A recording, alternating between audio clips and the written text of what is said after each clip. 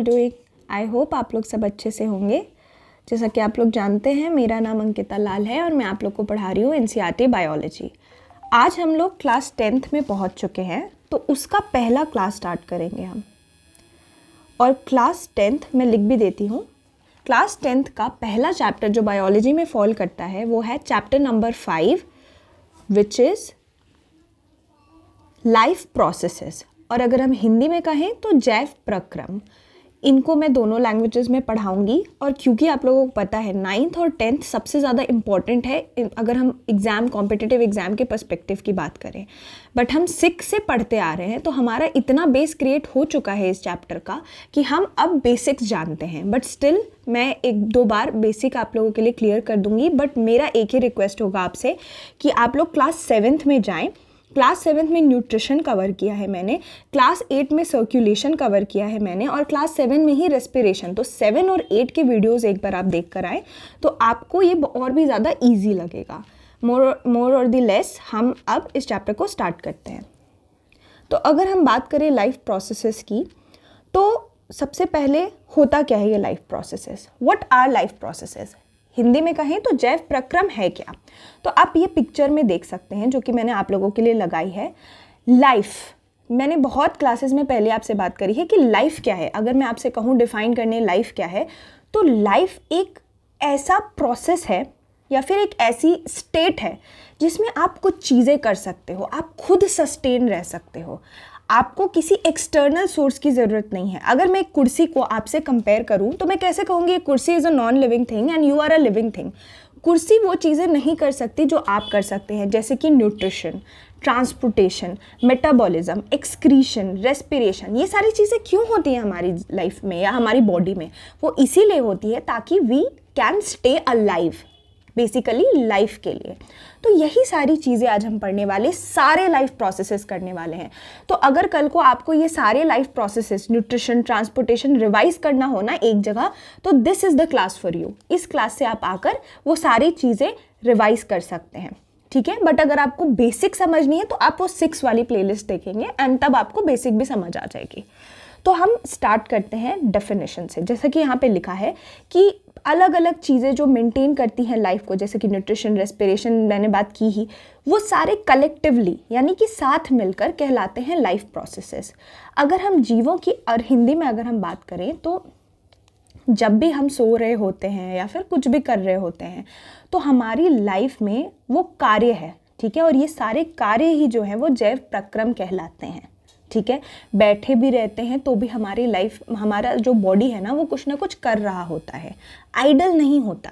अगर आप सो रहे होते हैं ना फिर भी हमारा ब्रेन एक्टिव होता है उस वक्त, हमारी बॉडी का मेटाबॉलिक रेट उस टाइम चल रहा होता है, बॉडी के अंदर जो हॉर्मोन्स हैं वो हो रहे होते हैं, जो भी नर्वस सिस्टम में ट्रांसमिशन है वो हो रहा होता है। Even if we are in a resting stage which is sleep, सोने की हम बात करें तो हम एक एक करके सारे प्रोसेसेस पढ़ेंगे। सबसे पहले न्यूट्रिशन की बात करते हैं। तो मैंने आपको, जब मैंने ये सीरीज़ स्टार्ट की थी तो सबसे पहले न्यूट्रिशन ही पढ़ाया था, जो कि फूड कंपोनेंट्स करके चैप्टर था, आप देख सकते हैं। That was the first lecture. तो फूड कंपोनेंट्स हमने क्यों पढ़ा था? हमने देखा था कि हम खाना खाते हैं, बट मैंने आपको बताया था खाना ऊर्जा के लिए खाते हैं, एनर्जी के लिए खाते हैं। तो वही चीज़, ये जो पूरा प्रोसेस है जिसमें हमारा सोर्स ऑफ एनर्जी का ट्रांसफ़र होता है हमारी बॉडी में खाने के मदद से, उसी को हम न्यूट्रिशन कहते हैं। हिंदी में उसको हम पोषण कहते हैं। तो फूड क्या होता है? फूड जो हम बाहर से लेते हैं, फूड अलग अलग चीज़ें होती हैं, तो वो होता है न्यूट्रिएंट्स। जो हम खाना खाते हैं ना, और खाने से जो हमें कार्बोहाइड्रेट, प्रोटीन, ये सब मिलता है, उसको हम न्यूट्रिएंट कहते हैं। वो उस क्लास में भी सारा कवर्ड है, आप एक बार रिवाइज कर लें। तो अगर हम न्यूट्रिशन की बात करें, न्यूट्रिएंट्स की बात करें, तो न्यूट्रिएंट्स का काम है हमें एनर्जी देना। जैसे यहाँ आप देख सकते हैं यह ऊर्जा का स्रोत है, ठीक है। ये समझ आ गया, सिंपल बात है। न्यूट्रिएंट्स जो है हमें रॉ मटेरियल प्रोवाइड करते हैं। किस चीज़ के लिए? क्योंकि जो ये ऑर्गेनिज्म है ना, हमारा शरीर है ना, उसको ग्रोथ और रिपेयर की ज़रूरत है। मतलब उसको कहीं ना कहीं वो ग्रो होता रहता है। बट आप सोचो कि रिपेयर कौन सी चीज़ है? तो क्या होता है ना, हमारे शरीर में सेल होते हैं, हम जो हैं सेल से बने होते हैं, जिसको हम हिंदी में कोशिका कहते हैं। कोशिकाओं से बने होते हैं, राइट। तो ये जो सेल्स होते हैं ना, ये सेल बहुत नंबर में, क्योंकि हम अगर ह्यूमन का एग्जांपल लेके चलें, मैंने आपको पहले क्लासेस में भी बताया, ह्यूमन से कोरिलेट करने की कोशिश करें तो बहुत आसान हो जाएंगी चीज़ें। तो अगर हम ह्यूमन से कोरिलेट करें तो हम जो है ना वो मल्टी सेलुलर ऑर्गेनिज्म है, यानी हमारे में बहुत सारी कोशिकाएँ हैं, मल्टी सेलुलर, ढेर सारे सेल। ये सेल जो है ना वो इनकी भी लाइफ होती है, एक बार आएंगे फिर ख़त्म हो जाएंगे, या आपको इंजरी हो गई तो क्या होता है ना कि हमारी बॉडी में मान लो चोट लग गई, कुछ हो गई, तो वो रिपेयर का प्रोसेस जो है वो भी तभी होगा ना जब हमारे पास एनर्जी होगी वो करने की। यानी हमारे पास एनर्जी होनी चाहिए ग्रोथ के लिए भी और रिपेयर करने के लिए भी, और ये एनर्जी हमें फूड से मिलती है। ये तो बड़ी सिंपल सी चीज़ है। अब हम बात करेंगे न्यूट्रिशन के कॉन्स्टिट्यूएंट की। ये जो न्यूट्रिएंट की मैं बात कर रही थी, इनको दो पार्ट में डिवाइड किया गया है, मैक्रोन्यूट्रिएंट, माइक्रोन्यूट्रिएंट। मैक्रोन्यूट्रिएंट को हम कहते हैं स्थूल पोषक तत्व और माइक्रोन्यूट्रिएंट को हम कहते हैं सूक्ष्म पोषक तत्व। तो मैंने जैसा कहा, एक है स्थूल पोषक तत्व और दूसरे है सूक्ष्म। स्थूल का इंग्लिश होता है मैक्रो और सूक्ष्म का होता है माइक्रो। मैक्रो जैसे आपको नाम से ही पता चल रहा है, इसको लार्ज क्वांटिटी में हमारी बॉडी लेती है, मतलब ज़्यादा मात्रा में, ठीक है। इसका यही मतलब है कि हम इसको ज़्यादा मात्रा में लेते हैं। ओके, तो आपके लिए यहाँ पे इम्पॉर्टेंट है कि एग्जाम्पल्स, कौन से एग्जाम्पल्स हैं मैक्रोन्यूट्रिएंट के। तो इसके 3 एग्जाम्पल हैं। पहला एग्जाम्पल है कार्बोहाइड्रेट, प्रोटीन, फैट, यानी कि CPF। ये हैं आपके मैक्रोन्यूट्रिएंट। तो अगर आपने इसको याद कर लिया तो जो बचा हुआ माइक्रो है, ठीक है।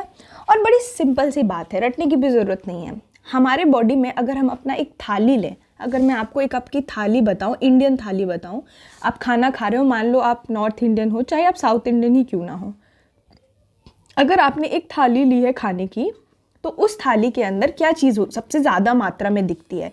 राइस या रोटी, राइट? कोई राइस लेते हैं, कोई रोटी लेते हैं, है ना। तो चावल और रोटी की बात हुई, तो राइस या रोटी।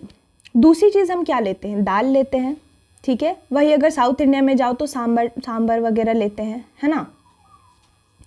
और फिर होती है कोई सब्ज़ी, ठीक है, हमने देख लिया। और फिर घी लेते हैं या फिर दही लेते हैं, ऐसी चीज़ें लेते हैं ना। हमारे एक एवरेज थाली, एवरेज मील की बात कर रहे हैं हम, ये मील भी हमने डिस्कस किया था। तो आप देख रहे हैं कितनी ज़्यादा मात्रा में हमने रोटी तो ली ही है, दाल तो ली ही है, सब्ज़ी घी वगैरह लिया ही है। तो ये जो रोटी और चावल हैं, ये आपके कार्बोहाइड्रेट हो गए, दाल आपका प्रोटीन हो गया और घी वगैरह आपके फैट हो गए। यानी हम ये ज़्यादा क्वांटिटी में ले रहे हैं, ये आप कम नहीं ले सकते। वही अगर हम माइक्रोन्यूट्रिएंट की बात करें तो वो स्मॉल क्वांटिटी, यानी कि कम मात्रा में लेते हैं। तो ये क्या हो गए आपके मिनरल्स और विटामिन। अच्छा, मिनरल और विटामिन किससे मिलता है? तो अगर हम बात करें तो मिनरल और विटामिन जो है वो हमें मिलता है फ्रूट से। फ्रूट्स जो खाते हैं उससे, पानी पीते हैं उससे भी हमें बहुत सारे मिनरल्स मिलते हैं। उसके अलावा हमारी सब्जियों में भी जो हम सैलड खाते हैं वो उन सब में भी होता है। तो ये सारी कुछ चीज़ें हैं जिसके अंदर हमें मिनरल और वाइटामिन मिलते हैं, ठीक है। विटामिन, वाइटामिन आप कुछ भी बोल सकते हैं। तो इससे आपको पता चल गया कि ये कम क्वांटिटी में है। आपको तो ऐसा है नहीं कि मतलब बहुत ही ज़्यादा क्वांटिटी में चाहिए ये फ्रूट्स वगैरह, इतना चाहिए कि आपकी हेल्थ सही रहे, बट चावल रोटी हमें ज़्यादा चाहिए होती है। तो हमने देख लिया स्थूल पोषक तत्व और सूक्ष्म पोषक तत्व। ये आपके लिए मैंने पिक्चर भी लगाई है, पिक्टोग्राफिक मेमोरी जो है वो ज़्यादा दिन याद रहती है। मैक्रोन्यूट्रिएंट में आप देख सकते हैं कार्बोहाइड्रेट, प्रोटीन, फैट। फैट की जगह यहाँ लिपिड लिखा है, तो कन्फ्यूज़ नहीं होना है। जैसे मैंने आपको पिछले क्लासेस में भी बताया है, ये जो कार्बोहाइड्रेट या प्रोटीन होते हैं या फैट होते हैं ना, ये भी किसी चीज़ों से मिलके बने होते हैं, जिनको हम बायोकेमिकल बोलते हैं, जिनसे ये बने होते हैं। कुछ केमिकल्स होते हैं वो, जैसे कि प्रोटीन जो है वो आपको बना होता है अमीनो एसिड से। कार्बोहाइड्रेट जो है वो भी आपके छोटे छोटे ग्लूकोज मॉलिक्यूल वगैरह से बने होते हैं। एंड फैट जो है ना वो लिपिड से मिलके बना होता है। तो अगर लिपिड दिखे आपको, फैट दिखे, तो one and the same thing, एक ही चीज़ है। तो अगर अब हम बात करें कि मेन सोर्स क्या है मैक्रोन्यूट्रिएंट के, तो ये पता चल गया मेन सोर्स ऑफ एनर्जी है। और इनको मैक्रो इसलिए कहते हैं क्योंकि हमें ग्राम्स में चाहिए होता है। वो जो ज़्यादा मात्रा बोल रही थी ना मैं, वो मात्रा इज़ ग्राम्स ओनली, हमें ग्राम्स में चाहिए होता है। जबकि माइक्रोन्यूट्रिएंट जो है हमें मिलीग्राम या माइक्रोग्राम में चाहिए होता है, जो कि छोटी यूनिट है कि नहीं। माइक्रोन्यूट्रिएंट आपने देख लिया। अच्छा, हमें पता चल गया मैक्रोन्यूट्रिएंट हमें मेजर सोर्स ऑफ एनर्जी है। तो माइक्रो क्या प्रोवाइड करता है? तो माइक्रो जो है ना वो एसेंशियल है हमारी हेल्थ मेंटेन करने के लिए, हमारी हेल्थ, हम हेल्दी रहें। जब भी किसी को कोई भी हॉस्पिटल में होता है तो हम क्या लेकर जाते हैं उनके पास? हम फ्रूट्स लेकर जाते हैं उनके पास। क्यों लेकर जाते हैं फ्रूट्स? बिकॉज फ्रूट्स ही जो है ना वो एसेंशियल होता है हेल्थ मेंटेन करने के लिए, बिकॉज उसमें विटामिन और मिनरल होती है। सिंपल सी चीज़, जो भी हम अपने आसपास देख रहे हैं ना हमारे, वही चीज़ हम पढ़ रहे होते हैं, कुछ अलग नहीं होता है, बस हमें ना उसको कोरिलेट करना सीखना है। चलो अब हम बात करते हैं इनटेक मोड ऑफ न्यूट्रिशन। मतलब ये तो हमने देख लिया कि है क्या, न्यूट्रिएंट पता चल गया, बट ये न्यूट्रिएंट लेने का जो तरीका होता है ना, इनटेक इज़ बेसिकली तरीका। जो तरीका होता है ना ये खाने को लेने का, ये दो तरीका होता है। पहला इज़ ऑटोट्रॉपिक, दूसरा इज़ हेट्रोट्रॉपिक। अगर हम हिंदी में कहें तो एक होता है स्वपोषी पोषण और एक होता है विषमपोषी पोषण। ऑटो मतलब क्या है? ऑटो माने खुद से। हिंदी में भी अगर हम देखें तो स्व माने क्या? स्वयं से, खुद से। ऑटोट्रॉपिक, तो ऑटोट्रॉप ऐसे ऑर्गेनिजम्स होते हैं जो खुद से खुद का खाना बना सकते हैं। कैसे बना सकते हैं? तो वो क्या करते हैं, इनऑर्गेनिक सोर्सेज लेते हैं। तो ये खाना बनता कैसे है? तो इनऑर्गेनिक सोर्सेज लेकर ऑर्गेनिक फूड बनाते हैं। ये क्या है इनऑर्गेनिक? कोई बहुत खतरनाक चीज़ नहीं है। जो हम लोग CO2 होता है ना, और पानी वाटर होता है या फिर ऑक्सीजन होता है, ये सारी इनऑर्गेनिक चीज़ें हैं। और जो हम खा रहे हैं, जैसे कि जो स्टार्च है, जैसे कि आलू है, ये सारी ऑर्गेनिक चीज़ें। ऑर्गेनिक कंपाउंड वैसे कंपाउंड होते हैं जो मतलब जिसमें कार्बन होता है मेनली, ठीक है। और इनऑर्गेनिक आपका ये हो गया जैसे CO2, वाटर। तो अब देख रहे हैं जैसे जो ग्रीन प्लांट्स होते हैं और बैक्टीरिया, ये ना मैंने एक बार कमेंट में भी देखा था, किसी का कंफ्यूजन था ये कि क्या बैक्टीरिया भी फोटोसिंथेसिस करते हैं? हाँ जी करते हैं। साइनोबैक्टीरिया नाम के एक बैक्टीरिया होते हैं जो कि फोटोसिंथेसिस करते हैं, क्योंकि इनके अंदर भी फोटोसिंथेटिक पिगमेंट होती है। साइनोबैक्टीरिया में होते हैं फोटोसिंथेटिक पिगमेंट्स, जो कि नॉर्मल प्लांट में भी होते हैं, इसमें भी होते हैं, और ये खुद से खुद का फोटोसिंथेसिस कर सकता है। तो बैक्टीरिया का एक स्पेशल टाइप है जिसका नाम है साइनोबैक्टीरिया। ऐसे तो आपको ज़रूरत है नहीं, बट मैं फिर भी आपको एक एग्जांपल दे देती हूँ इसके फोटोसिंथेटिक पिगमेंट का, जिसका नाम है क्लोरोफिल ए और बीटा कैरोटीन। ये थोड़ा हाई लेवल कंटेंट है, बट आप बस आपकी समझने के लिए मैंने भेजा है, मैंने लिख दिया है बीटा कैरोटीन। तो आपको समझ में आ गया कि क्या होते हैं ऑटोट्रॉपिक न्यूट्रिशन, ठीक है। उसके बाद आता है विषमपोषी पोषण, हेट्रोट्रॉपिक न्यूट्रिशन। इसमें ऑटोट्रॉपिक में जैसे लिखा था ना ऑटो, इसमें लिखा हेट्रो का मतलब होता है कोई और। जब हम अपना खाना खुद नहीं बना सकते और हम किसी और पे डिपेंड करते हैं, चाहे डायरेक्टली या इनडायरेक्टली, तो हम उसको कहते हैं हेट्रोट्रॉपिक। यहाँ पे ये कोई और पता है कौन होता है? वो होता है ऑटोट्रॉप, क्योंकि ऑटोट्रॉप तो खुद का खुद ही खाना बना सकते हैं, है ना। तो वैसे ऑर्गेनिज्म से अगर हम खाना ले लें, या तो उनको ही खाएं या फिर किसी और इनडायरेक्ट तरीके से उनका प्रोडक्ट यूज़ करें, तो हमें जो है वो न्यूट्रिशन जो होता है वो हेट्रोट्रॉपिक न्यूट्रिशन कहलाता है हमारे सर्वाइवल के लिए। एग्जाम्पल इसमें हो गए एनिमल्स और फंजाई, और हम भी एक एनिमल ही हैं, तो हम हेट्रोट्रॉपिक न्यूट्रिशन के अंदर आ जाते हैं।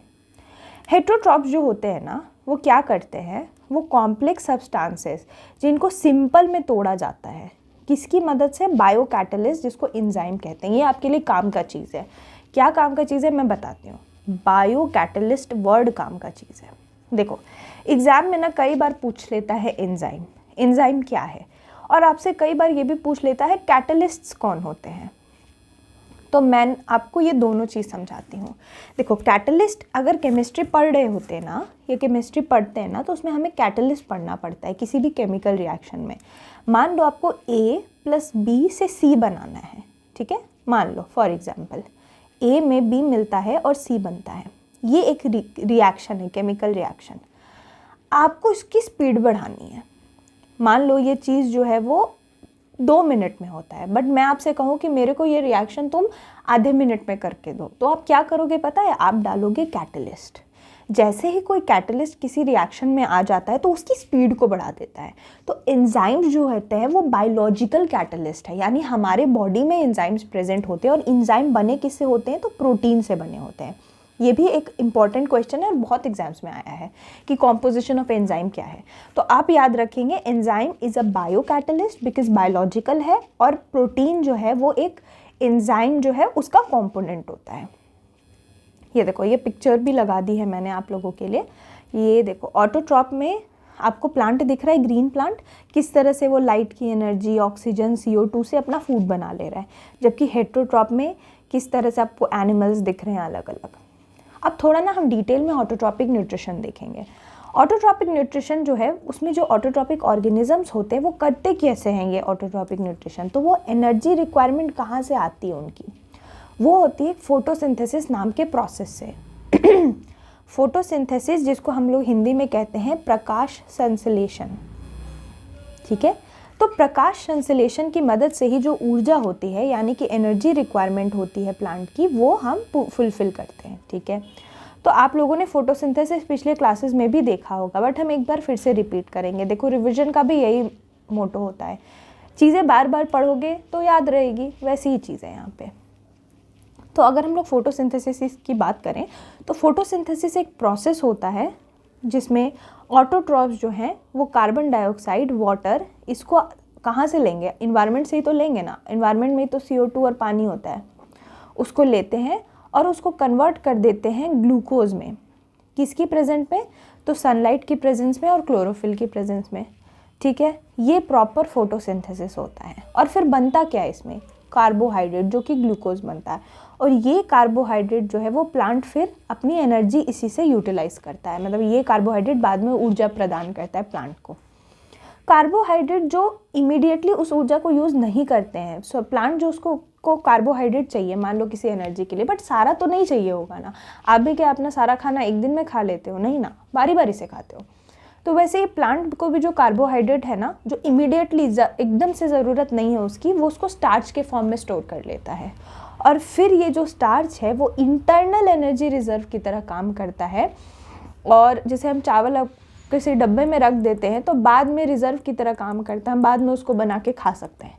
वैसे ही यहाँ पे जो एक्सेस स्टार्च है वो प्लांट स्टोर कर लेता है और बाद में जब ज़रूरत होती है तो वो उसको यूज़ कर लेता है।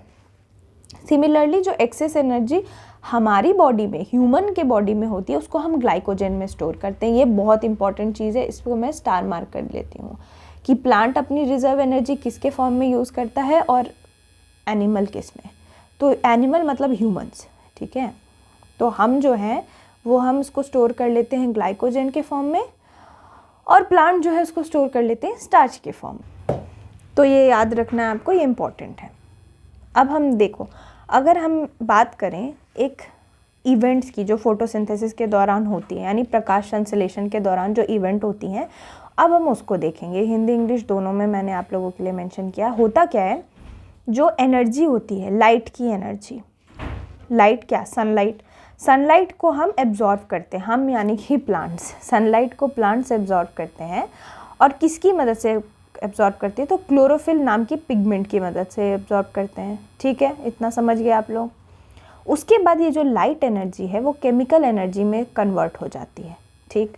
अब क्या होता है, जो पानी के मॉलिक्यूल है यानी कि H2O, ये टूट जाते हैं, स्प्लिट कर जाते हैं हाइड्रोजन और ऑक्सीजन में, यानी कि हाइड्रोजन और ऑक्सीजन में टूट गए। अब क्या होता है, जो CO2 लिया होता है हमने, एयर से लिया होता है, ये CO2 बाद में कार्बोहाइड्रेट बन जाता है, ठीक है। ये कार्बोहाइड्रेट है, ठीक है, इसको मैं कार्ब्स लिख रही हूँ। बेसिकली यही चीज़ें हो रही होती है फोटोसिंथेसिस के दौरान। हिंदी में अगर हम देखें तो देखो, यहाँ पे भी सेम चीज़ें ही बताई जा रही हैं। क्लोरोफिल द्वारा प्रकाश की ऊर्जा की अवशेषित करना, फिर प्रकाश ऊर्जा को जो है वो किसी भी तरह से रूपांतरित करना, और जल के अणुओं को हाइड्रोजन तथा ऑक्सीजन में उपघटन करना, और साथ में जो कार्बन डाइऑक्साइड है उसको कार्बोहाइड्रेट में उपचयन करना। यही चीज़ें हो रही होती हैं। अब देखो, ये तो हम समझ गए फोटोसिंथेसिस। अगर मैं आपसे एक इक्वेशन की बात करूं कि क्या इक्वेशन है, और यही चीज़ को मैं इक्वेशन केमिकल फार्मूला के नाम पे लिखे है, तो हमने पहले भी बात की है, carbon dioxide plus H2O, chlorophyll और सनलाइट की प्रेजेंस में C6H12O6 यानी कि ग्लूकोज, ऑक्सीजन और वाटर, ये चीज़ें बना देता है। ये जो है वो बाई प्रोडक्ट है, यानी प्लांट फोटोसिंथेसिस कर रही होती है अपना खाना बनाने के लिए, और इस दौरान ये ऑक्सीजन भी रिलीज़ कर देती है। यानी इसका मेन एम तो नहीं था ऑक्सीजन रिलीज़ करना, इसने ऑक्सीजन रिलीज़ किया एज अ बाई प्रोडक्ट, ठीक है। बाय प्रोडक्ट था ये, यानी कि ये प्रतिफल है। ओके, तो आप समझ गए कि क्या है वो। अब हम देख रहे हैं कुछ और चीज़ें, जैसे कि जो डेजर्ट प्लांट्स होते हैं ना, जो रेगिस्तान में होते हैं, वो कार्बन डाइऑक्साइड रात के समय लेते हैं और तब तक क्या करते हैं, वो प्रिपेयर करते हैं, वो जो दिन में क्लोरोफिल यूज़ हो रहा होता है ना सनलाइट में, उस चीज़ को वो क्या करते हैं, इंटरमीडिएट प्रिपेयर कर लेते हैं, जो कि एक्ट करते हैं by energy absorb by chlorophyll during the day. एक इंटरमीडिएट प्रिपेयर कर लेते हैं, ठीक है। वो जो एनर्जी उन्होंने सुबह के दौरान ली होती है ना क्लोरोफिल से, ऑब्वियसली सुबह डेजर्ट के प्लांट है तो उनको तो कितनी गर्मी, भोरे भोरे इतनी ज़्यादा वहाँ पे धूप होती होगी, और उस धूप से वो एनर्जी तो एब्जॉर्ब कर ही लेते होंगे, और वो जो एनर्जी होती है उसका वो इंटरमीडिएट बना लेते हैं और रात के समय CO2 को लेते हैं अपने एटमॉस्फेयर से और फिर उसको फूड में प्रिपेयर कर लेते हैं। अब अगर हम बात करें फोटोसिंथेसिस की, और जब अगर हम बात करें प्रकाश संश्लेषण की, तो इसमें जो है ना स्टोमाटा का रोल होता है, ठीक है, स्टोमाटा का रोल होता है। स्टोमाटा जो है वो क्या होती है, मैंने आपको क्लासेस में बताया। स्टोमाटा जो है ना, लीफ होते हैं ना, पत्ते, ये देखो पिक्चर में देखो, पत्ते जो होते हैं, आपको पता है ना फोटोसिंथेसिस कौन करते हैं प्लांट में, लीफ। ऐसे तो स्टेम में भी फोटोसिंथेसिस होता है कई बार, ठीक है, लेकिन लीफ इज़ द मेन चीज़ है, सबसे मेन है जहाँ पे फोटोसिंथेसिस होती है, मेन सोर्स ऑफ फोटोसिंथेसिस, ठीक है। तो हम इसलिए लीफ को ही मेन जनरली प्रेफर करते हैं। कई केसेस में स्टेम भी कर देती हैं photosynthesis, but we need not to go there, हम थोड़ा भी सिंपल करते हैं। बट देखो, आप कभी भी बायोलॉजी करो ना, तो कोई भी चीज़ ना बहुत हार्ड एंड फास्ट नहीं होती, यहीं होता है, यहीं पे होगा, ऐसा नहीं होता है हमेशा ना। There is biology is a science of exceptions होंगी ही होंगी। तो जब तक कहीं पे स्पेसिफिकली नहीं लिखा हो ना कि ओनली हियर या फिर जस्ट दिस वन, तब तक ना उसको एकदम से एब्सोल्यूट नहीं लेना है। ओके, ये मेरी तरफ से आप लोगों के लिए एक छोटा सा टिप्स कह सकते हैं। ओके, तो हमने देख लिया स्टोमाटा लीव्स में होती हैं, लीव्स के एपिडर्मिस में होती हैं। अगर टू बी प्रिसाइज, हमने जब टिश्यू पढ़ा था 9th क्लास में, तो हमने देखा था एपिडर्मिस पे होता है। तो जब स्टोमाटा की बात करते हैं तो ये दिन के वक्त खुलते हैं स्टोमाटा, और खुलकर इसके अंदर जो है वो CO2 ले लेते हैं एटमॉस्फेयर से। CO2 चाहिए इनको, तभी तो ये CO2 बाद में फोटोसिंथेसिस वगैरह करा पाएगा। तो ये दिन के वक्त खुलते हैं, लेकिन जब उनको ज़रूरत नहीं होती है कार्बन डाइऑक्साइड की फोटोसिंथेसिस के दौरान, तो ये बंद हो जाते हैं। लेकिन सिर्फ फोटोसिंथेसिस के लिए ही यूज़ नहीं होता स्टोमाटा की अगर हम लोग बात करें तो ये 2 चीज़ों में मदद करता है। स्टोमाटा हेल्प्स इन 2 थिंग्स, एक तो फोटोसिंथेसिस और दूसरा ट्रांसपिरेशन। ये भी मैंने आप लोगों को बताया हुआ है, ठीक है। ट्रांसपिरेशन होता क्या है, transpiration is loss of water in the form of water vapor, जो भाप है ना, भाप के फॉर्म में अगर पानी का लॉस होता है प्लांट के अंदर से, तो उसको हम लोग कहते हैं ट्रांसपिरेशन। अब आप सोचोगे क्यों पानी लॉस कर रहा है प्लांट, क्या ज़रूरत है लॉस करने की? तो इंटरनल टेम्परेचर मेंटेन करने की। जैसे ह्यूमन में भी एक इंटरनल टेम्परेचर होता है ना, कि हमें बोला जाता है कि 37 डिग्री सेल्सियस के around is the temperature. Normal temperature हमारे ह्यूमन में होता है 37 डिग्री सेल्सियस, सॉरी 37 डिग्री हाँ जी 37 डिग्री सेल्सियस, जो कि 98.6 डिग्री फ़ारेनहाइट होती है, ठीक है। ये हमारे बॉडी में एक नॉर्मल टेम्परेचर, ऐसा क्यों मेंटेन करके रखना पड़ता है? ताकि हमारी बाकी की चीज़ें जो प्रोसेसेस, लाइफ प्रोसेसेस हम पढ़ रहे हैं, उनको अच्छे से किया जा सके। वैसे ही प्लांट भी तो जीवित हैं, तो उनको भी एक इंटरनल टेम्परेचर मेंटेन रखना पड़ता है, उसके लिए वो ट्रांसपिरेशन करते हैं। तो हमने देख लिया स्टोमाटा खुला भी रहेगा, बंद भी रहेगा। ये देखो, ये खुला होगा तो इस तरह से होगा और बंद होगा तो इस तरह से होगा।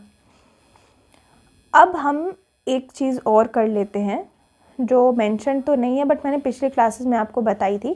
थोड़ा स्टोमाटा के बारे में देख लेते हैं। Stomata function of the guard cell. ये देखो, ये होते हैं ना गार्ड सेल्स होते हैं, यहाँ पे ये गार्ड सेल्स होते हैं, ठीक है। और ये बीच में जो पोर है वो स्टोमाटा है। पोर यानी कि जो छिद्र है, ठीक है, वही स्टोमाटा है। देखो, रंध्र छिद्र, रंध्र बोलते हैं स्टोमाटा को हिंदी में, ओके, रंध्र छिद्र। तो जो रंध्र की अगर हम बात कर रहे हैं तो ये गार्ड स्वेल्स जो है ना वो क्या करते हैं, वो स्वेल कर जाते हैं जब इनके अंदर पानी आता है, पानी घुसता है, तब यहाँ पे स्टोमाटा के पोर ओपन हो जाते हैं और ये पोर क्लोज हो जाते हैं जब गार्ड सेल श्रिंक कर जाता है। ये है गार्ड सेल, इनको हम लोग कहते हैं गार्ड सेल, ठीक है।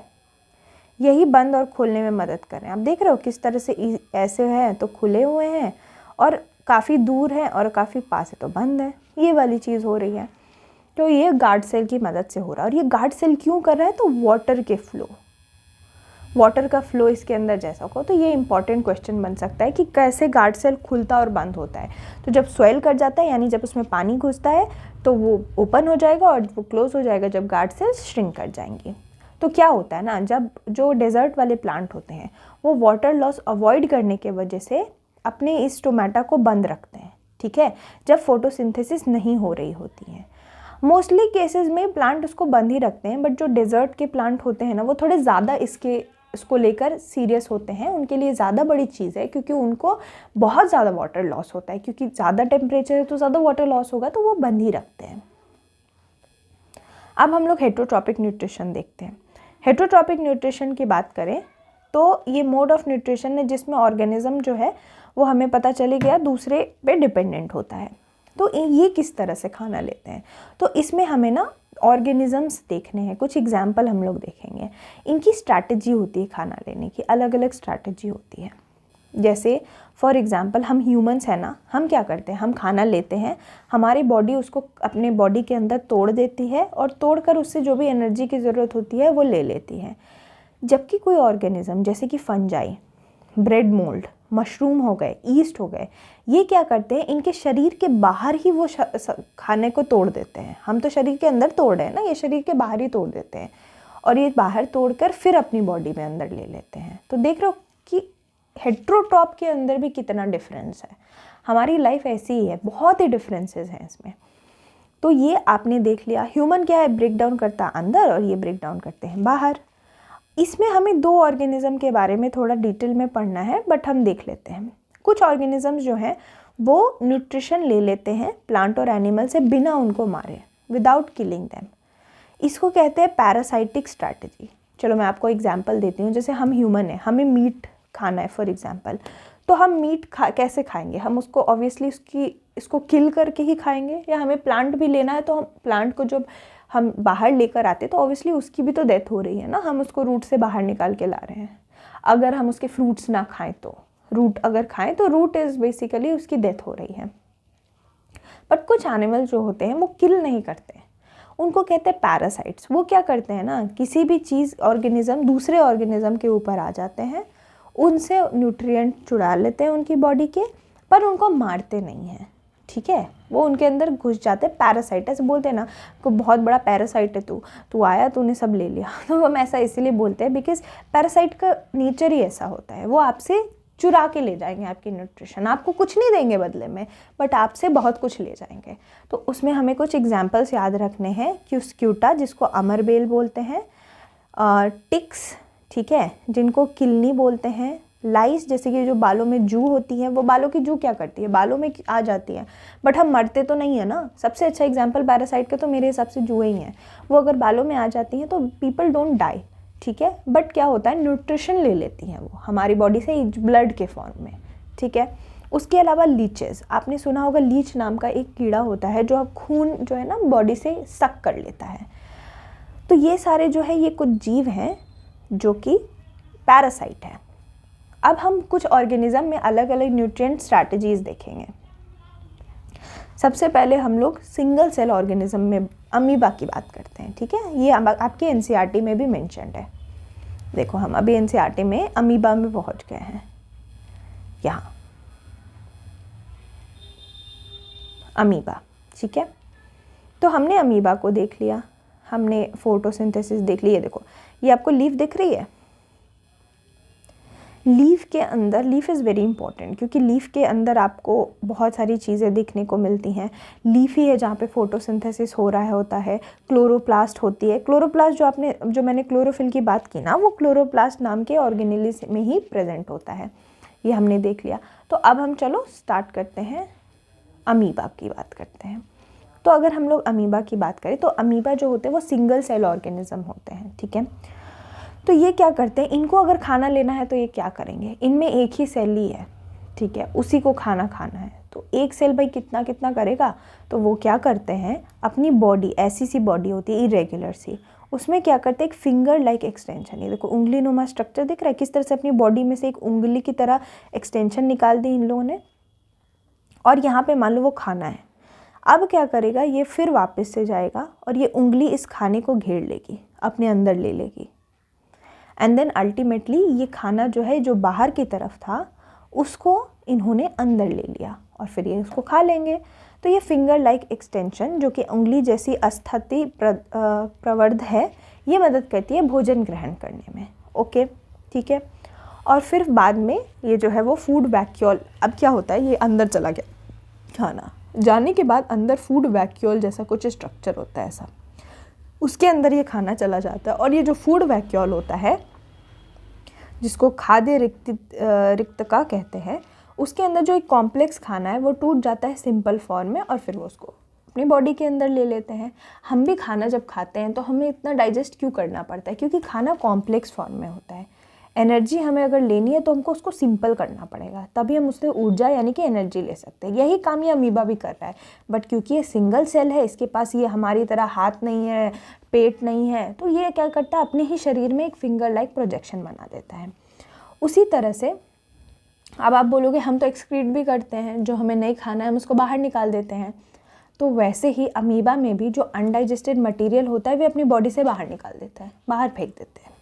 ये देखो आपको दिख रहा है किस तरह से इस पिक्चर में दिखाया गया है कि खाद्य का कण था, खाना था, उसको किस तरह से फिंगर लाइक प्रोजेक्शन ने अंदर ले लिया, लेकर बंद कर लिया, फूड वैक्यूल में गया, ख़त्म हो गया। ये देखो यहाँ पे भी मैंने डायग्राम लगा दिया है। दूसरा ऑर्गेनिज्म जिसकी हम बात करेंगे वो है पैरामीशियम। पैरामीशियम भी एक यूनिसेलुलर ऑर्गेनिज्म ही है, यहाँ भी हम यूनिसेलुलर की बात कर रहे हैं। ये क्या करता है, इसमें एक एग्जांपल है पैरामीशियम, ये देखो ये पिक्चर है, ये पैरामीशियम है। ये खाना कैसे लेगा, तो ये क्या करता है, फूड को एक स्पेसिफिक स्पॉट पे लेता है, ठीक है, और फूड जो है वो मूव करता है ये स्पॉट पे विद द हेल्प ऑफ सीलिया। ये आपको दिख रहा है, ये ऐसे ऐसे ऐसे ऐसे ऐसे झिल्ली जैसा बना हुआ, ये सीलिया होते हैं। जैसे हमारे बॉडी में पैर होते हैं ना, हमारे मूवमेंट में मदद करते हैं, हमारा जो लेग्स होते हैं वो मूवमेंट में काम करते हैं, राइट। वैसे ही इस तरह के एनिमल्स में जो बॉडी होती है वो, उसमें लेग तो नहीं होगा क्योंकि ये सिंगल सेलुलर ऑर्गेनिज्म, इसमें पैर कहाँ से आएगा, तो इसके पास सीलिया नामक एक ऑर्गन होता है। ये सीलिया मूवमेंट में मदद करता है। सिंपल सी चीज़ है, जो चीज़ हम यूनिसेलुलर मल्टीसेलुलर में देख रहे हैं वही चीज़ है यहाँ पे। तो जब हम सीलिया की बात करते हैं तो सीलिया जो है वो क्या करता है, ये खाने को अब एक माउथ नामक, माउथ ऐसे टेक्निकली माउथ नहीं है पर इसको भी माउथ नाम दिया है हम साइंटिस्ट ने, यहाँ पर लेकर आता है ये सीलिया। फिर क्या होता है, ये सीलिया से ये फूड अंदर चला जाता है और यहाँ भी फूड वैक्यूल होते हैं, उसको सिंपल कर देते हैं। सिंपल सी चीज़ है, ये हमने देख लिया। अब हम ह्यूमंस की बात करेंगे। भाई अब हम न्यूट्रिशन की बात करें और हमने अपनी ही बात नहीं की तो कैसे चलेगा, तो अब हम न्यूट्रिशन इन ह्यूमन बींग्स देखेंगे, यानी कि मनुष्य में पोषण देखेंगे। तो हमारे अंदर क्या होता है, जब हम इनटेक करते हैं फूड का तो वो पास करता है डाइजेस्टिव ट्रैक्ट से, जिसको एलिमेंट्री कनाल बोलते हैं, ठीक है। ये सब भी मैंने आपको डिटेल में बताया है, डाइजेशन चैप्टर क्लास 7 आप देख लेना। एलिमेंट्री कनाल क्या होती है, अगर मैं पिक्चर में दिखाऊं तो ये एलिमेंट्री कनाल है जो आपके मुंह से शुरू होकर के एनस तक जाती है, यहाँ तक। तो ये जो चीज़ होती है पूरी, इसको हम लोग एलिमेंट्री कनाल बोलते हैं, राइट। ये जो पूरा स्ट्रक्चर है यही एलिमेंट्री कनाल है। यहाँ से खाना गया और ये पूरा इसका जो जर्नी है यहाँ तक का, ये पूरे एलिमेंट्री कनाल होकर जाता है। ओके, ये तो आप समझ गए। तो हम जब बात करते हैं ह्यूमन के डाइजेशन की, माउथ से एनस के बीच की, तो बहुत सारी चीज़ें हो रही होती हैं, उसको ही हम सिंपल में पढ़ेंगे। चलो स्टार्ट करते हैं, अपनी ही बारे में बात करते हैं। मैंने आपको खाना परोस के दिया, आप वो खाना लोगे, आप सबसे पहले क्या करोगे, उसको चू करोगे। किसकी मदद से चू करोगे, तो दांतों की मदद से। जब आप उसको चू कर लोगे, जब आप उसको चबा लोगे तो वो क्या हो जाएगा, वो गीला हो जाएगा। गीला क्यों होता है, कभी सोचा है कि क्यों चबाना पड़ता है, खाने को गीला क्यों करते हैं, ताकि वो इस लायक हो जाए कि वो हमारे गले के अंदर से आराम से पास कर सके, स्मूथ पैसेज हो, ठीक है। तो अब हमने स्मूथ पैसेज करा लिया। हमारे मुंह में सलाइवा होता है, हमारे थूक में सलाइवा होता है। ये सलाइवा निकलता है सलाइवरी ग्लैंड से। ये भी हमारे मुंह में ही होते हैं, मुंह के पास होते हैं। बेसिकली अगर कहा जाए तो गले के साइड में होते हैं। तो ये हमारा सलाइवा सिक्रीट कराता है। ये जो सलाइवा होता है वो, इसमें एक एंजाइम होता है, जिस एंजाइम को भी एंजाइम ऊपर बताया मैंने, सलाइवरी अमाइलेज बोलते हैं। ये एंजाइम जो है वो क्या करता है, स्टार्च के डाइजेशन में मदद करता है। और ये हो गया आपके लिए एक इम्पॉर्टेंट क्वेश्चन, सलाइवरी। एक क्वेश्चन जो एग्जाम में बहुत, तो ये क्वेश्चन ना काफ़ी एग्जाम्स में आता है कि स्टार्च का डाइजेशन कहाँ स्टार्ट होता है। तो starch digestion starts in mouth, क्योंकि माउथ में जो सलाइवा होता है उसी के अंदर सलाइवरी अमाइलेज होती हैं, और सलाइवरी अमाइलेज जो है वो स्टार्च को ब्रेक डाउन करती हैं। किसमें? सिंपल शुगर में। अगर हम लोग कॉम्प्लेक्स फूड की बात करें तो कॉम्प्लेक्स फूड को सिंपल फूड में तो करना ही है हमें चेंज, तो वो हमारे एलिमेंट्री कैनाल में होता है और एंजाइम्स की मदद से, जो कि बायोलॉजिकल कैटलिस्ट है, ये तो मैंने बताया ही था। अच्छा, अब हमने देखा, हमने खाना लिया, चू किया, वो सॉफ्ट हो गया, वो हमारे गले से नीचे चला गया। अब वो हमारे एलिमेंट्री कैनाल में पहुंच चुका ऑलरेडी, स्टमक तक जाना, उसको आगे बढ़ना है। तो कभी सोचा वो बढ़ता कैसे आगे?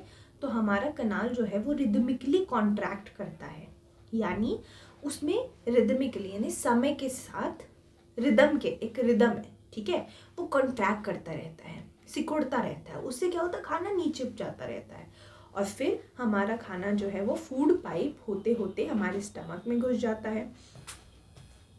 ये देखो, अब हमारे स्टमक में आ चुका है, माउथ से स्टार्ट हुआ, ये हमारे स्टमक में आ चुका है। यहाँ से घूमते घूमते यहाँ रिदमिक कॉन्ट्रैक्शन हुई और ये हमारे स्टमक में पहुँच चुका है।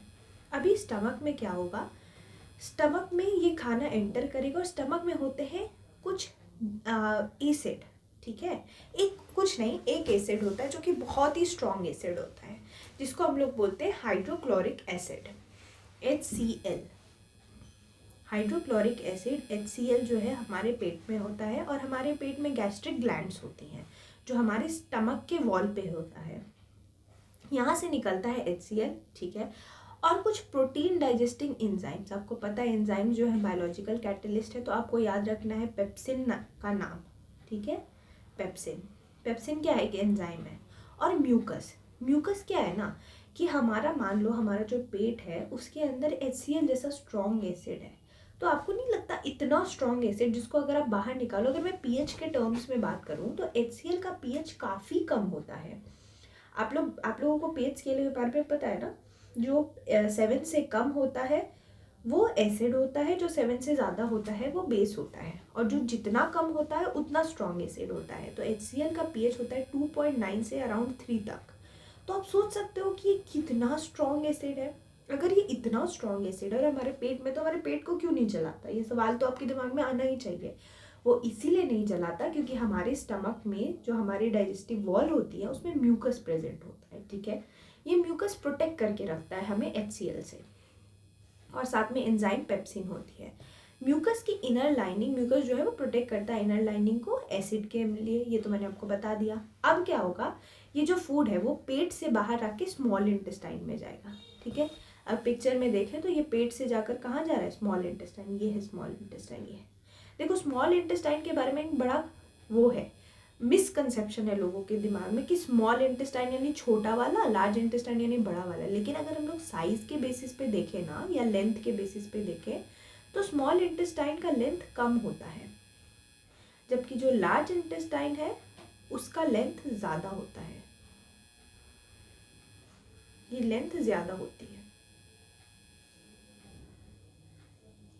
आई एम सो सॉरी, मैंने उल्टा लिख दिया, I am so sorry. Size की बात करें तो ये उल्टा होता है, जो स्मॉल इंटेस्टाइन होती है उसकी लेंथ ज़्यादा होती है और लार्ज इंटेस्टाइन की लेंथ कम होती है। लेकिन अगर हम लोग, फिर आप पूछोगे फिर इसको स्मॉल और इसको लार्ज क्यों बोलते हैं, ऐसे तो साइंटिस्ट बेवकूफ़ होंगे नहीं कि वो स्मॉल जब साइज़ में छोटा है तो हम उसको छोटा बोल रहे हैं, और जबकि बड़ा है तो हम उसको छोटा बोल रहे हैं। उल्टा क्यों बोलते हैं? बिकॉज डायमीटर के टर्म्स में हम लोग देखते हैं डायमीटर जो है स्मॉल इंटेस्टाइन का छोटा होता है और डायमीटर जो होता है वो लार्ज इंटेस्टाइन का बड़ा होता है। अभी मैं आपको तुरंत सामने दिखाती हूँ, ये चीज़ आप याद रखेंगे। लेंथ की बात करते हैं तो स्मॉल इंटेस्टाइन का जो लेंथ होता है वो बहुत ही ज़्यादा होता है। अगर मीटर्स में बात करें तो स्मॉल इंटेस्टाइन 1.5 मीटर जितना बड़ा होता है। 1.5 मीटर बहुत ही बड़ा लेंथ है, ठीक है। 3.5 मीटर के अराउंड होता है, जबकि लार्ज इंटेस्टाइन 1.5 मीटर। तो आप देख रहे हैं इससे बहुत ज़्यादा बड़ा है, लेकिन डायमीटर का अंतर है। यहाँ मैं पिक्चर दिखाती हूँ आप लोगों को, यहाँ है पिक्चर, ये देखो, ये स्मॉल इंटेस्टाइन है, ये डायमीटर है और ये इसकी डायमीटर कितनी छोटी है। तो डायमीटर के बेसिस पे नाम पड़ा है, लेंथ के नहीं। तो याद रखेंगे small intestine around 3.5 metre, large intestine around 1.5 metre. Okay, ये आपको पता चल गया। ओके, अच्छा एक और क्वेश्चन है कि इतना बड़ा है हमारा स्मॉल इंटेस्टाइन, ये इतना बड़ा है क्यों? क्योंकि जितनी बड़ी लेंथ है ना स्मॉल इंटेस्टाइन की, इसमें क्या होता है, खाना आराम से घूमता है और वो अपना समय लेता है डाइजेस्ट करने का। जितना समय लेगा उतना अच्छे से डाइजेस्ट करेगा, वो वाली चीज़ है। अब स्टमक से जो है वो खाना स्मॉल इंटेस्टाइन में पहुंच चुका है स्फिंक्टर मसल्स की मदद से। यहाँ पे अगर हम लोग डिटेल में देखें तो ये स्टमक से यहाँ जब पहुँचता है ना स्मॉल इंटेस्टाइन यहाँ पे, तो यहाँ पे एक मसल्स होती है जिनको कहते हैं स्फिंक्टर मसल, ये खुल जाती है और यहाँ से फूड जो है वो यहाँ पहुँच जाता है, ठीक है। अब स्मॉल इंटेस्टाइन में पहुंच चुका है हमारा खाना। अब स्मॉल इंटेस्टाइन को longest part of alimentary canal कहते हैं, क्योंकि ऑब्वियसली मैंने बताया 3.5 मीटर का है, लेकिन वो हमारे पेट में इतना बड़ा जो लेंथ है 3.5 मीटर रह कैसे जाता है, क्योंकि वो बहुत ही ज़्यादा कॉइल्ड होता है। जब आप उसको बाहर निकालोगे तो वो पूरा 3.5 मीटर फैलेगा सीधा, लेकिन हमारे पेट में वो कॉइल्ड होता है। हमारी पेट नहीं, हमारी बॉडी में वो कॉइल्ड होता है, गुच्छा नुमा होता है। लेंथ स्मॉल इंटेस्टाइन के अलग अलग एनिमल में वेरी करती है। ये भी है आपका question point of view, prelims point of view. जो हर्बीवोर्स होते हैं ना, जो घास खाते हैं, उनको एक बड़ा स्मॉल इंटेस्टाइन लगता है, क्योंकि जो सेल्यूलोज होता है घास में, ये इंपॉर्टेंट है, याद रखेंगे, सेल्यूलोज होता है, उसको बहुत टाइम लगता है डाइजेस्ट होने में। ये बहुत कॉम्प्लेक्स होता है और कॉम्प्लेक्स होने की वजह से डाइजेस्ट होने में समय लेता है। जबकि मीट जो होता है ना वो ईजिली डाइजेस्ट हो जाता है। और मीट कौन खाते हैं? कार्निवोर्स। ये मैंने आपको फूड वाले चैप्टर में बताया है, हार्बीवोर, कार्निवोर। तो कार्निवोर हो गए टाइगर, ठीक है, ये लोग मीट खाते हैं, तो इनका स्मॉल इंटेस्टाइन काफ़ी छोटा होता है, क्योंकि जल्दी डाइजेस्ट हो जाता है, तो इनको ज़रूरत नहीं है ना इतना बड़ा रखने की, कि बड़ा रहेगा तो समय लेगा डाइजेस्ट करने का। ये समझ गए। अब हम लोग थोड़ा स्मॉल इंटेस्टाइन के बारे में बात करेंगे कि यहाँ पे क्या होता है बेसिकली। पेट में तो आपने देखा खाना पहुँचा, जो अगर मैं आपसे पूछूं कंप्लीट डाइजेशन कार्बोहाइड्रेट, प्रोटीन और फैट का कहाँ होगा, तो वो होगा स्मॉल इंटेस्टाइन में, ठीक है। मैं आपसे ये पूछूं कि कहाँ शुरुआत होती है कार्बोहाइड्रेट डाइजेशन की, शुरुआत की बात करी हूँ, स्टार्ट, तो वो माउथ में होता है, पर कंप्लीट डाइजेशन कहाँ हो जाता है? स्मॉल इंटेस्टाइन में। हमारे स्मॉल इंटेस्टाइन को जब आप यहाँ पिक्चर देखो, स्मॉल इंटेस्टाइन के इधर यहाँ आपको ये दिख रहा है, ये पीला सा स्ट्रक्चर, ये होता है पैंक्रियास, ठीक है। और ये लिवर के अंदर ये होता है गॉल ब्लैडर। यहाँ का सिक्रीशन, पैंक्रियास का सिक्रीशन, ये हमारे स्मॉल इंटेस्टाइन में जाता है। यहाँ से कुछ कुछ सिक्रीशंस होती हैं, कुछ कुछ सिक्रीट होता है, कुछ इंजाइम्स, ये कुछ कुछ का मतलब है कुछ एंजाइम्स, ठीक है, ये सिक्रीट होते हैं और ये पहुँच जाते हैं आपके स्मॉल इंटेस्टाइन में। ओके, ये तो आप समझ गए। अब क्या होता है, ये सिक्रीशन जो लिवर और पैंक्रियास के हैं, ये भी जाते हैं स्मॉल इंटेस्टाइन में, और ये सिक्रीशन क्या करते हैं, स्टमक में जो एसिडिक सामान था ना, क्योंकि इसमें एसिड था, उसको वो एल्केलाइन यानी कि बेसिक कर देंगे। जो पैंक्रियास से अंदर जूसेस इंजाइम निकलती है ना पैंक्रियास से, वो जो है वो एल्केलाइन कर देती हैं, और जो बाइल जूस लिवर से निकलता है वो भी इसमें मदद करता है, ठीक है। फैट जो प्रेजेंट होता है हमारे इंटेस्टाइन में, वो बहुत बड़े ग्लोब्यूलर फॉर्म में होता है, ठीक है, जो बहुत डिफ़िकल्ट कर देता है उस पर एंजाइम को एक्ट करने के लिए। तो जो हमारे लिवर है ना, उसके अंदर एक गॉल ब्लैडर नाम का ऑर्गन होता है। गॉल ब्लैडर के अंदर बाइल सॉल्ट होता है, बाइल जूसेस होती हैं जिसमें बाइल सॉल्ट होता है, ठीक। ये बाइल सॉल्ट क्या करता है, जो बड़े बड़े फैट के ग्लोब्यूल्स होते हैं उनको छोटे ग्लोब्यूल में तोड़ देता है, और जो पैंक्रियाज है वो सिक्रीट करते हैं पैंक्रियाटिक जूसेस, ठीक है। हमने देखा पैंक्रियाटिक जूसेस के अंदर होता है ट्रिप्सिन, जो प्रोटीन डाइजेस्ट कराता है, और लाइपेज जो बाकी फैट को एमल्सिफाई करा देता है। जो स्मॉल इंटेस्टाइन का वॉल होता है ना, उसके अंदर जो सिक्रीशन, उसके वॉल से भी सिक्रीशन निकलती है। यानी अगर सिंपल करें हम तो स्मॉल इंटेस्टाइन के अंदर पैंक्रियाज से आ रहा है सिक्रीशन, लिवर से आ रहा है सिक्रीशन, खुद स्मॉल इंटेस्टाइन की वॉल से भी आ रहा है सिक्रीशन। यही मतलब है इसका, तभी तो जाके कंप्लीट डाइजेशन हो रहा है। इतनी सारी चीज़ें होंगी तो कंप्लीट तो होगा ही ना कुछ भी। वही चीज़ हम यहाँ पे देख रहे हैं। तो जो एंजाइम प्रेजेंट होते हैं वो फाइनली कन्वर्ट कर देते हैं प्रोटीन को अमीनो एसिड में। ये क्यों कन्वर्ट करें प्रोटीन अमीनो एसिड में, या फिर कार्बोहाइड्रेट को ग्लूकोज में क्यों तोड़ रहे हैं, फैट को फैटी एसिड और ग्लिसरॉल में क्यों तोड़ रहे हैं, क्योंकि ये कॉम्प्लेक्स फॉर्म था और अमीनो एसिड इसका सिंपल फॉर्म है। यही तो एम था हमारा, कॉम्प्लेक्स को सिंपल कर देना। यही यहाँ पे हो रहा है। तो अगर आपसे कल को एग्जाम में पूछे कार्बोहाइड्रेट का सिंपल फॉर्म तो ग्लूकोज, फैट का सिंपल फॉर्म तो फैटी एसिड प्लस ग्लिसरॉल, ये मैं लिख देती हूँ। Protein amino acid, carbohydrate glucose, fat fatty acid and glycerol.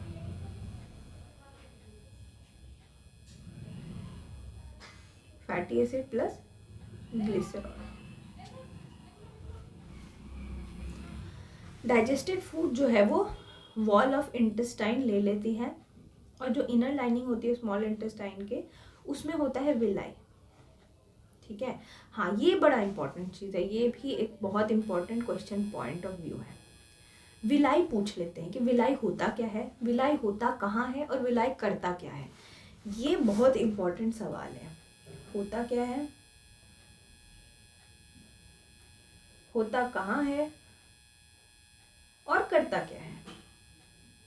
ये क्वेश्चन तो मतलब विलाई से पूछते ही पूछते हैं। तो हम ये तीनों चीज़ कवर करेंगे, क्वेश्चन 1, क्वेश्चन 2, क्वेश्चन 3, विलाई से रिलेटेड। तो देखो होता कहाँ है, विलाई होता है स्मॉल इंटेस्टाइन की वॉल पे।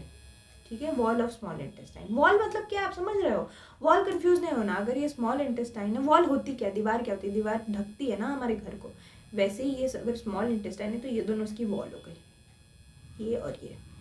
ठीक है, तो वॉल ऑफ इंटेस्टाइन पे इस तरह की फिंगर लाइक प्रोजेक्शन। अब ये पूछेगा होता क्या है, तो फिंगर के लाइक प्रोजेक्शन मतलब ऐसा लगेगा उंगलियां हैं ऐसे करके। ठीक है, ये विलाई हैं, होती स्मॉल इंटेस्टाइन के वॉल पे है। करती क्या है, तो ये सरफेस एरिया बढ़ाती है। क्या बढ़ाती है? Surface area for absorption. आपको पता है जब आप कुछ अच्छा खाना खा रहे हो तो उसके अंदर कुछ न्यूट्रिएंट विटामिन भी तो है, डाइजेशन हो रहा है, आप एनर्जी ले रहे हो, तो आप कुछ न्यूट्रिएंट विटामिन भी तो हमारे खाने से ले रहे हो, उसको एब्जॉर्ब करना पड़ता है हमारी बॉडी में। वो हमारी बॉडी सोख लेती है। एब्जॉर्ब का क्या मतलब है? सोख लेना, सोख लेती है। तो सोखने के लिए, एक मिनट, ये क्या करती है? सोख लेती है। तो सोखने के लिए क्या होता है ना, हमें चाहिए होता है विलाई। विलाई सरफेस एरिया बढ़ा देता है। जब भी आप कोई कपड़े पसारने जाते हो, मैंने कई बार ये बताया मेरी क्लासेस में, तो आप कपड़े को पसारते क्यों हो, उसको पूरा फैलाते क्यों हो? फैलाते इसीलिए हो ताकि उसका सरफेस एरिया बढ़ जाए, और सरफेस एरिया बढ़ेगा तो बहुत जल्दी एब्जॉर्प्शन होगा। वही हम सेम चीज़ हमारे पेट में हो रहा है, हम उसका सरफेस एरिया बढ़ा देंगे तो जल्दी एब्जॉर्प्शन होगा। विलाई के बारे में एक और चीज़, विलाई के अंदर ना ब्लड वेसल्स बड़े रिचली सप्लाइड होते हैं, काफ़ी रिच ब्लड वेसल्स होते हैं। तो इस वजह से क्या होता है कि जो भी एब्जॉर्ब किया विलाई ने वो पहुंच जाएगा हमारे हर सेल में, क्योंकि ब्लड का क्या काम है? ट्रांसपोर्टेशन करवाता है ब्लड, सर्कुलेटरी सिस्टम है, सर्कुलेट करवाता है ब्लड, सर्कुलेटरी सिस्टम का पार्ट है। तो ये वाली चीज़ थी। अब थोड़ी चीज़ एक एनसीईआरटी में जो दी हुई है वो है डेंटल कैरीज। डेंटल कैरी का मतलब हुआ दांत सड़ना। आपने सुना है कि कभी कभी क्या होता है कि दांत जो है वो सड़ जाते हैं, या फिर दांत जो है वो धीरे धीरे इतने सॉफ्ट हो जाते हैं कि लगता है कि बाहर निकल जाएंगे। ऐसा तब होता है जब हम कुछ भी मीठा सामान बहुत ज़्यादा खा लेते हैं और बैक्टीरिया जो है उस मीठे सामान पर एक्ट करती है, उसको सॉफ्टन करती है और इनामल डीमिनरलाइज कर देती है। ठीक है, इनामल को डीमिनरलाइज कर देती है, मिनरल्स ख़त्म कर देती है। तो जो मासेस होते हैं बैक्टीरिया के सेल के, वो साथ में फूड पार्टिकल्स के चिपक जाती हैं और दांतों को जो है वो प्रॉपरली दांतों के इसमें चिपक जाती है, जो सलाइवा जो है ना उसके अंदर सलाइवरी एमाइलेज था, वो बैक्टीरिया को मार देता है। लेकिन अगर आप ब्रश नहीं करोगे ना तो दांतों के ऊपर आपके वो जमा रह जाएगा बैक्टीरिया का लेयर, और धीरे धीरे बैक्टीरिया एसिड प्रोड्यूस करेंगे। ये एसिड जो है आपके दांतों के ऊपर एक्ट करेगा, आपके दांतों के अंदर जो इनामिल जो स्ट्रक्चर होता है ना वो दांत के अंदर होता है, उसको वो वीक कर देता है। और वीक करने के बाद धीरे धीरे वहाँ इन्फेक्शन हो जाता है, इन्फ्लामेशन यानी सूजन हो जाती है और दांत सड़ जाते हैं। तो ये आपके लिए जानना ज़रूरी था। यहाँ पे क्या क्या ज़रूरी है, यहाँ पे ज़रूरी है आप लोगों के लिए जानना इनामल, बैक्टीरिया एसिड प्रोड्यूस करते हैं, डेंटल कैरीज टू डीके जानना ज़रूरी था, इनामल और डेंटाइन जानना ज़रूरी था कि ये दांत में होते हैं। ठीक है, ये आप देख सकते हैं हिंदी में भी दिया है दंत छंदन। तो अब हमने स्मॉल इंटेस्टाइन तक तो हम पहुंच चुके हैं, अब हम जाएंगे लार्ज इंटेस्टाइन में। ठीक है, अब लार्ज इंटेस्टाइन में क्या होता है, जो भी खाना एब्जॉर्ब होना था खाने से सामान वो सब एब्जॉर्ब हो चुका है, प्रॉपर डाइजेशन हो चुका है, सिंपल भी बन चुका है जो कॉम्प्लेक्स सामान था। अब कुछ ऐसी चीज़ें हैं ना जो ना हमारा खाना शरीर डाइजेस्ट कर सकता है ना अब उसको आप और ज़्यादा सिंपल कर सकते हो, तो वो चीज़ें हो गई अनएब्जॉर्ब्ड। ठीक है, एंड अनएब्जॉर्ब्ड हो गई, वो चली जाती है लार्ज इंटेस्टाइन में। लार्ज इंटेस्टाइन के क्या होता है, वहाँ का जो वॉल होता है वो जो भी थोड़ा बहुत पानी है ना इस अनएब्जॉर्ब्ड खाने में, वो थोड़ा बहुत पानी को भी ये सोख लेता है। अब क्या होगा, अब जो बचेगा ना उसमें पानी होगा ना उसमें न्यूट्रेंट होंगे ना वो बहुत सिंपल हो सकता है, तो वो चला जाएगा एनस में। ठीक है, और वहाँ से वो एग्जिट कर जाएगा हमारी बॉडी में एनल स्फिंक्टर के थ्रू। ये देखो इस पिक्चर में, देखो देख रहे हो यहाँ पे ये एनस है, गुदा द्वार, यहाँ से एग्जिट कर जाएगा जो भी अनडाइजेस्टेड बचा है। ये लार्ज इंटेस्टाइन था, यहाँ पे जो भी पानी वानी एब्जॉर्ब है। तो आपसे अगर कल को क्वेश्चन पूछे वाटर एब्जॉर्प्शन कहाँ होता है तो आप क्या आंसर दोगे, आप दोगे लार्ज इंटेस्टाइन। ठीक है, आप दोगे जब आप ऑब्वियसली दोगे। तो यही था हमारा पूरा डाइजेशन जो हमने स्टार्ट किया माउथ से, oesophagus, stomach, pancreas, large intestine ये, और एनस तक जाता है ये हमने देख लिया प्रॉपर डाइजेशन। अब जो हम दूसरा बॉडी फंक्शन देखेंगे वो है रेस्पिरेशन। रेस्पिरेशन भी हम पहले कर चुके हैं, रेस्पिरेशन का मतलब श्वसन होता है। हमने जब क्लास 7 में रेस्पिरेशन करा था तो हमने देखा था कि breathing is a part of respiration, but ultimately respiration में होता क्या है, जो भी हमने खाना लिया अपनी बॉडी से, वो खाना लेने के बाद हम जो ऑक्सीजन ले रहे हैं बाहर से, वो ऑक्सीजन इस खाने के सोर्सेज को तोड़ देगा और जो हमारे को अल्टीमेट एनर्जी चाहिए वही एनर्जी निकालने के प्रोसेस को रेस्पिरेशन बोल रहे हैं। यानी breathing is a part of respiration. हम लोग ब्रीदिंग क्या करते हैं, ब्रीदिंग यानी कि सांस लेना, breathing is a part of respiration, but breathing is not totally respiration. Respiration is कि जो हम खाना खाया हमने उसको डाइजेस्ट कर लिया, हमने उसको अपनी बॉडी के अंदर सिंपल फॉर्म करके रख लिया है, बट अभी भी एनर्जी कहीं, आपने पूरा डाइजेशन पढ़ा, आपने कहीं भी पढ़ा कि एनर्जी निकल गई खाने से, नहीं। वो एनर्जी जो हम खाने से निकालेंगे वो रेस्पिरेशन के वजह से होगा।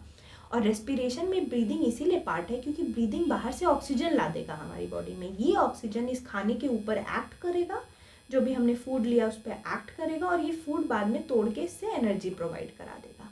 और ये वाली पूरी चीज़ जो है वो रेस्पिरेशन होती है। रेस्पिरेशन के सब प्रोसेसेस, मैंने कहा ना सब प्रोसेस ब्रीदिंग, ब्रीदिंग यानी कि गैसेस एक्सचेंज, जिसमें हम लोग ऑक्सीजन लेते हैं, CO2 बाहर छोड़ते हैं।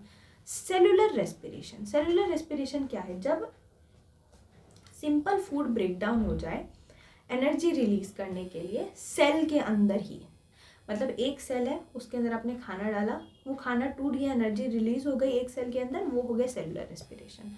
अब हमारे सेलुलर रेस्पिरेशन हमारे अंदर भी हो रहा है, हमारे सेल ही कर रहे हैं। तो ये कौन कौन से स्टेप्स हैं जो हो रहे हैं, ये स्टेप्स जानना बहुत ज़रूरी है।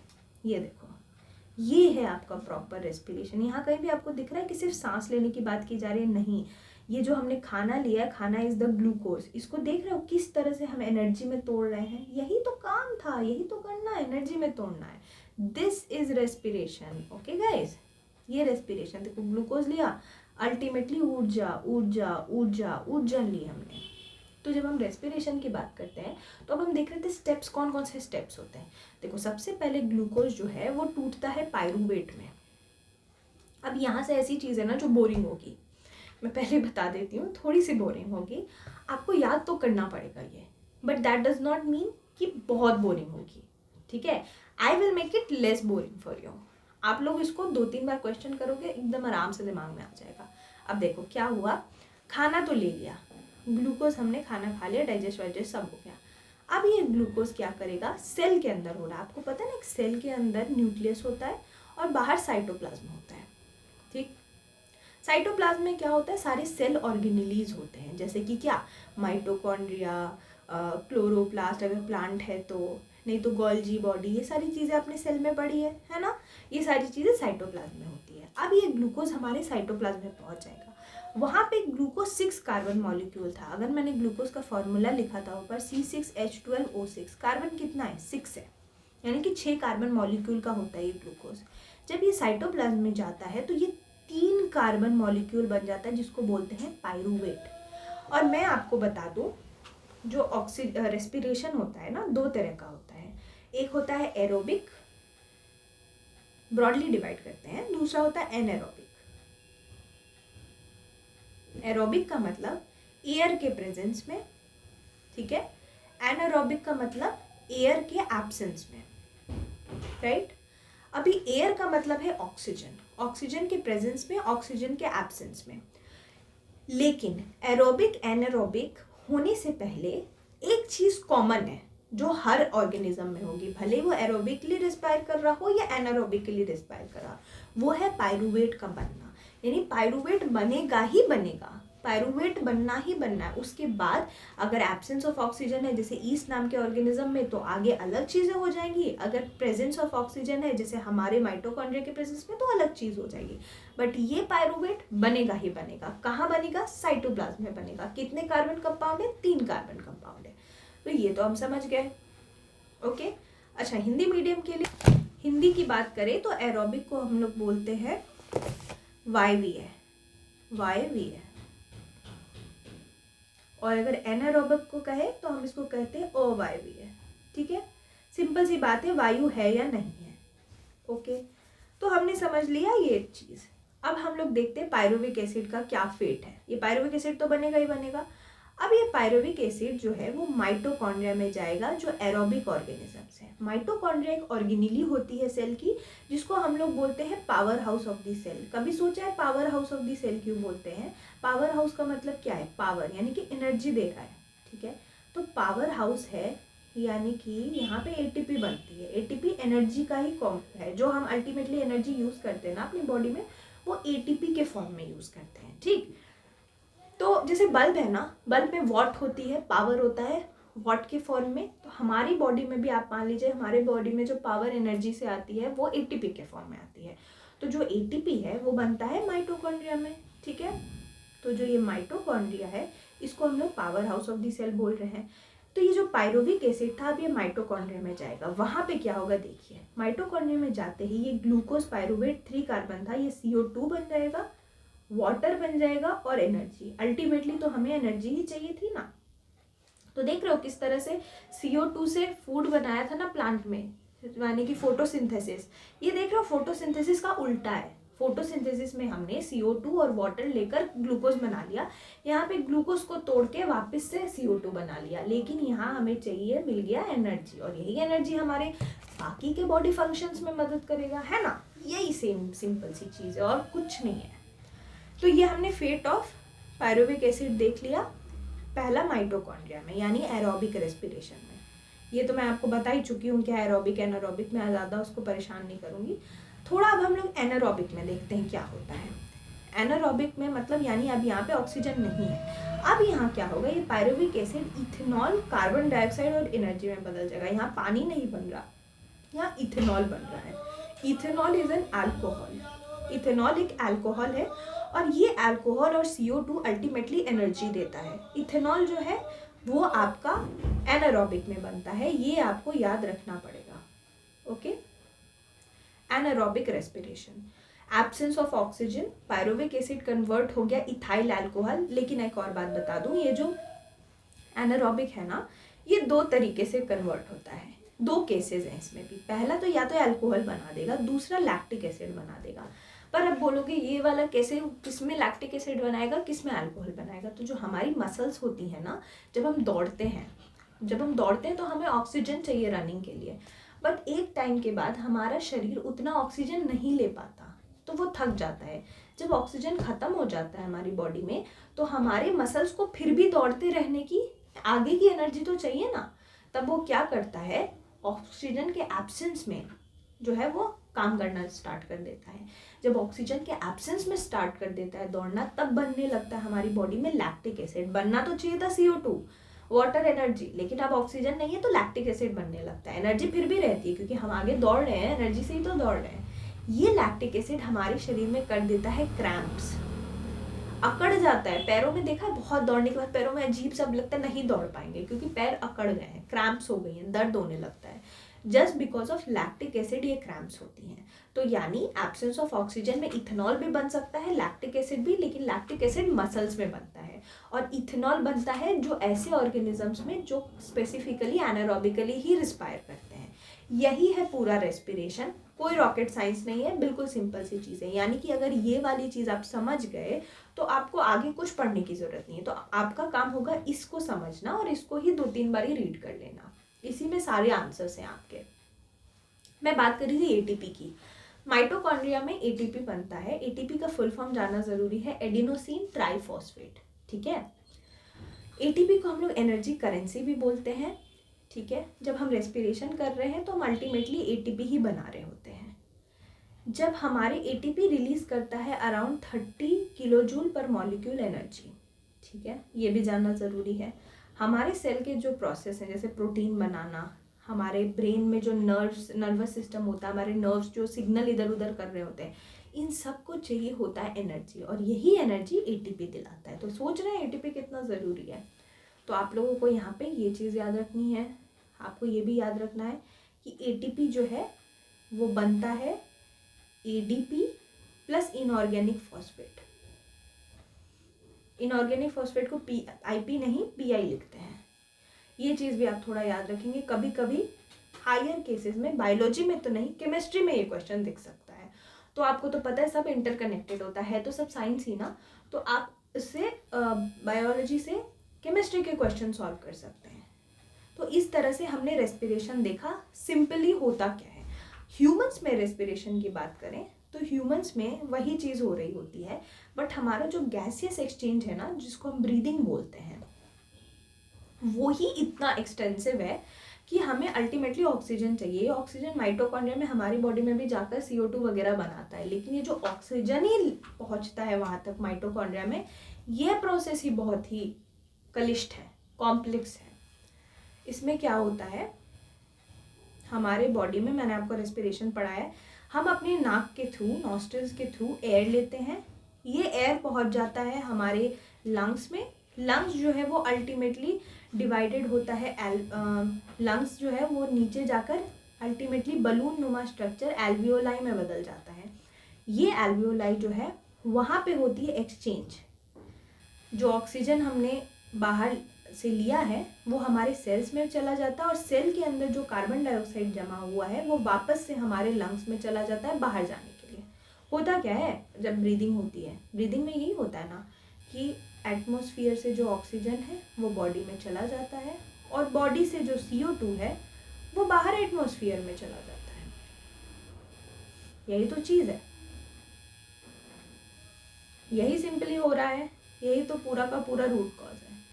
यही चीज़ थोड़ी हमारे ह्यूमन में लंबी प्रोसेस है, तो उसको हम लोग देखेंगे रेस्पिरेशन में। उसके बाद हम लोग ट्रांसपोर्टेशन करेंगे।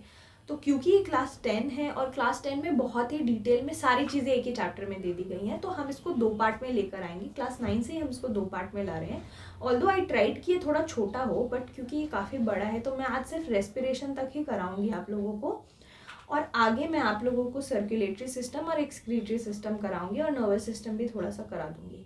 ये थोड़ा डिटेल चैप्टर है, 2 पार्ट में होगा, बट आप रेस्ट अश्योर्ड कि ये आप लोगों के रिवीजन में बहुत मदद करेगा। जब भी आपको पूरा बायो का सारे सिस्टम समझने हो ना, तो आप ये वाली वीडियो देख सकते हैं। तो हम लोग जाएंगे पार्ट 2 में। आज मैं यहीं तक रहने देती हूँ, कल मैं आप लोगों के लिए इससे आगे लेकर जाऊँगी एंड पूरे डिटेल में समझाऊँगी तब तक आप लोग इसको 7th वाली क्लासेस को रिवाइज कर लें, ताकि जो बेसिक्स इसमें नहीं बताई गई हैं वो वहाँ से आपको क्लियर हो जाए। ऑल्दो आई एम ट्राइंग कि मैं सब बताऊँ, और पढ़ते रहें, आगे बढ़ते रहें।